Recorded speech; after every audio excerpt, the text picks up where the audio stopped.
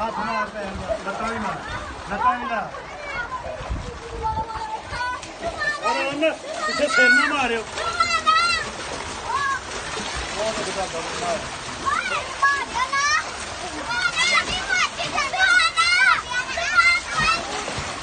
मुझे करोगे ना ये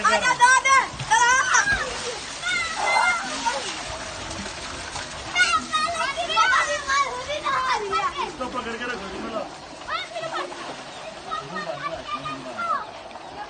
आप इधर नहीं आकर रखे नीचे